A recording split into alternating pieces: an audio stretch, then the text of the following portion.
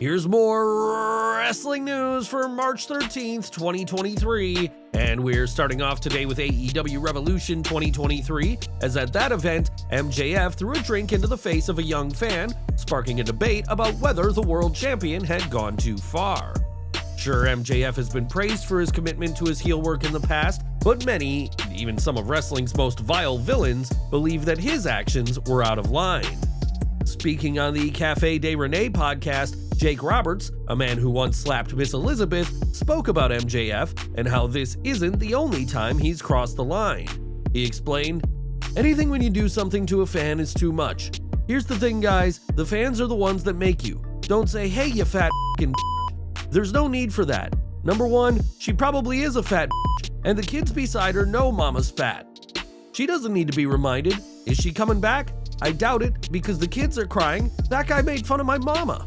I'm not coming back for that There's absolutely no need to attack the fans. None. Zero. Zilch. MJF does have a problem with going too far.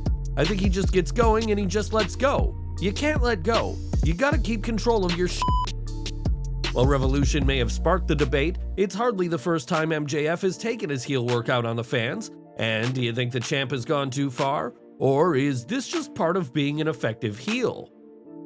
In 2019, AEW launched Dynamite, and their second televised show, AEW Rampage, would debut in 2021, but now, Tony Khan's promotion is set to get their third spot on TV. Andrew Zarian of Mat Men Radio reports that AEW could be getting an hour-long show on Saturday evenings, and that top-level talent weren't made aware of this, so we'll have to see when, if ever, this new show premieres on television.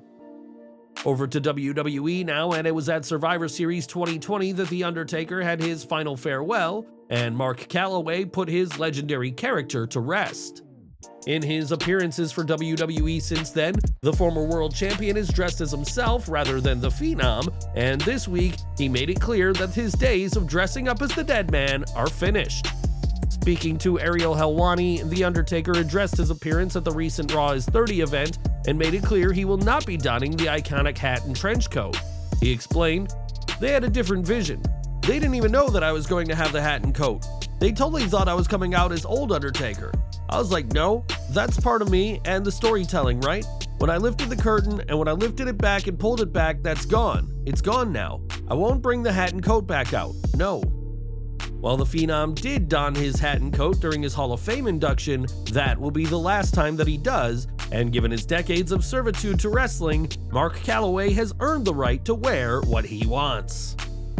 Clothes weren't the only thing on the mind of the Phenom when he spoke to Helwani, as he also spoke about the current generation's commitment to their characters. As we all know, The Undertaker was committed to keeping kayfabe alive for years and doesn't believe the current crop of wrestlers take things as seriously. During the interview, the Phenom said that modern-day wrestlers don't understand any concept of protecting a character, and said that wrestlers on social media are completely different to who fans see in the ring. The Undertaker did admit that he isn't as up-to-date with social media, calling himself a dinosaur, but believes that while wrestlers don't have to go to the extremes like he did, they could do more to convince fans that they are the character they see on TV. The Undertaker's dedication to his character and his craft is one reason why he remains a beloved figure in the wrestling world. And do you think he's right with his comments about current wrestlers? Let us know in the comments below.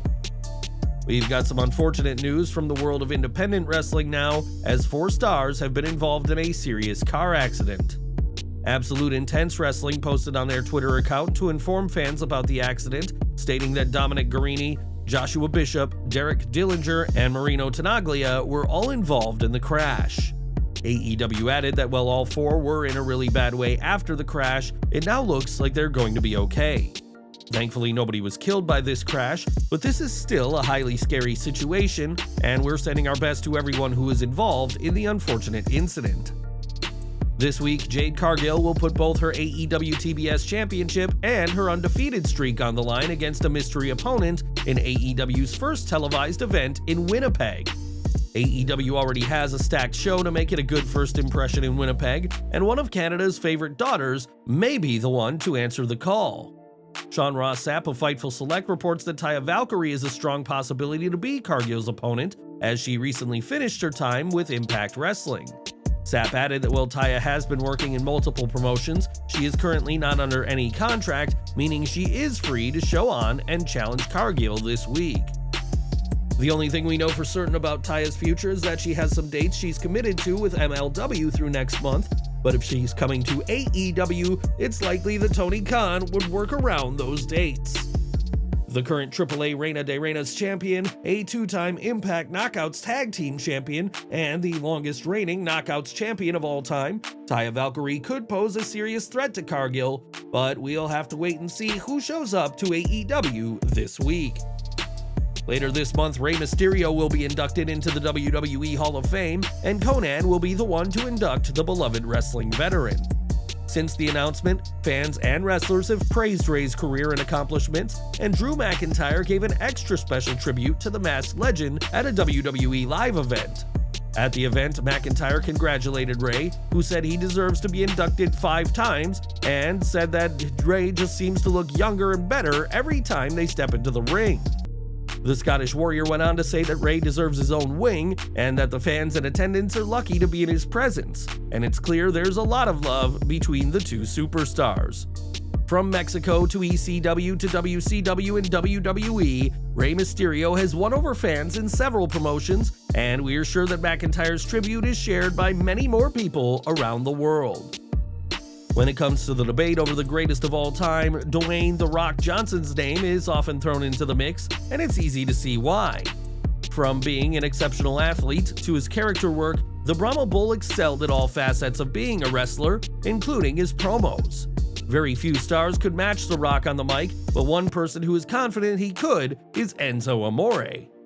Speaking on Under the Ring, Amore said that he would have loved to have gone one-on-one with the Great One in a promo battle, even implying that he was better on the mic, noting that The Rock often worked with Brian Gewirtz to put his promos together.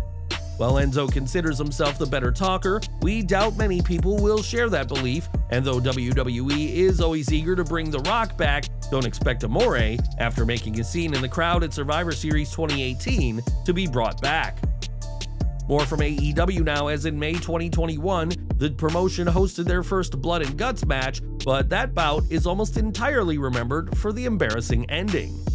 In the closing moments, Chris Jericho was thrown from the cage, only to land on soft padding disguised as steel, earning the finish a ton of backlash from fans. Speaking on his FTR podcast, Dax Harwood spoke about the match, saying that the finish did suck, but said fans who complained it looked too fake would have complained if it looked too dangerous. AEW clearly learned their lesson, as the second Blood and Guts match last year did not repeat this spot, and we'll have to see if a third match takes place down the line. And we're ending today with more from The Undertaker, who spent the entirety of his WWE wrestling career working for Vince McMahon. Not only did the pair work behind the scenes, but the Phenom and the Chairman often shared the screen as either allies or opponents, so it's safe to say that The Undertaker knows him well. Speaking in that interview with Ariel Helwani, The Undertaker said that the day before McMahon's retirement last July, Vince called him to tell him the news, which the Phenom was sure was a prank. Of course, McMahon's retirement did not last long, as he was back in less than 6 months, and The Undertaker told Helwani that, "I knew there was no way he'd stay away." Undertaker also discussed McMahon's current role with WWE and said he isn't sure how the company could exist without the chairman. "I know he wants to make sure that these TV deals and everything are done the right way, and right now that's his sole motivation, but that's Vince McMahon. I don't know, we'll see where it goes. A WWE without Vince is hard to imagine." Whether fans may not like McMahon, it was the billionaire who made both WWE and The Undertaker, and it's clear that the Phenom has a lot of respect for Vincent Kennedy McMahon.